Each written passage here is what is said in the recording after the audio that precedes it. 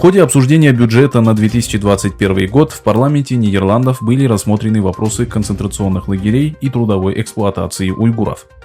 Парламентарии заявили, что Нидерланды должны проявить инициативу по предотвращению нарушений прав человека в Восточном Туркестане. Министр внешней торговли и развития Нидерландов Сигрид Кааг отклонила предложение депутатов на обсуждение бюджета, которое состоялось на прошлой неделе. В ходе заседания представители различных политических партий заявили, что правительство должно потребовать от коммерческих компаний прозрачности в отношении принудительного труда и предоставления информации общественности. В другом проекте парламентарии отметили, что министр должен осведомить отечественные текстильные компании по этому поводу и потребовать немедленно вывести производство из Восточного Туркестана.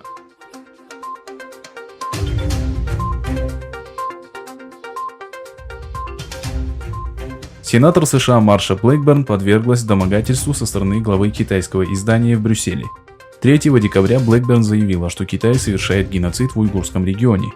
Китай имеет 5000-летнюю историю мошенничества. Некоторые вещи никогда не меняются, написала Блэкберн в Твиттере. Ей ответил глава европейского офиса китайской газеты Чен Вэйхуа. Он домогался ее, обвинив в расизме и невежестве. Согласно информации газеты «Федералист», американский сенатор заявила, что Коммунистическая партия Китая является экспертом по вопросам геноцида, начиная с митингов на площади Тяньаньмэнь до нынешней ситуации уйгурского региона.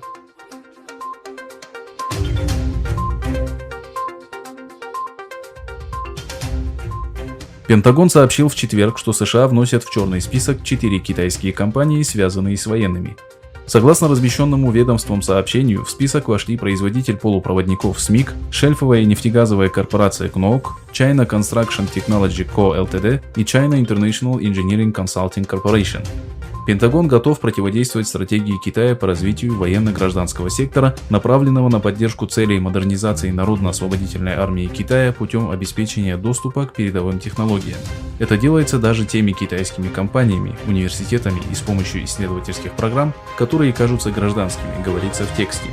Пентагон опубликовал для Конгресса первоначальный список компаний в июне 2020 года и продолжит обновлять его, добавляя организации по мере необходимости.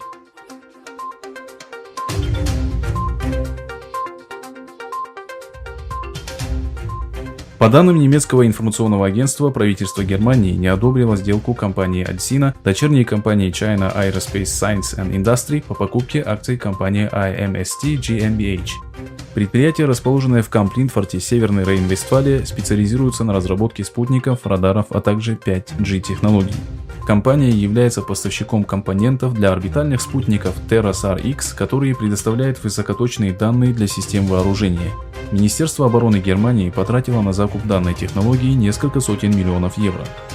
Закон о внешней торговле и платежах дает правительству Германии право вмешиваться в вопросы купли-продажи немецких компаний иностранными инвесторами в случае наличия потенциальной угрозы национальной безопасности.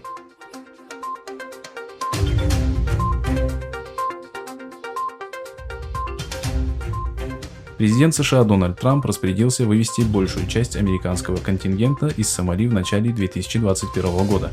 Представители Пентагона подчеркнули, что военные поменяют позиции, но американское присутствие в Африке будет сохранено.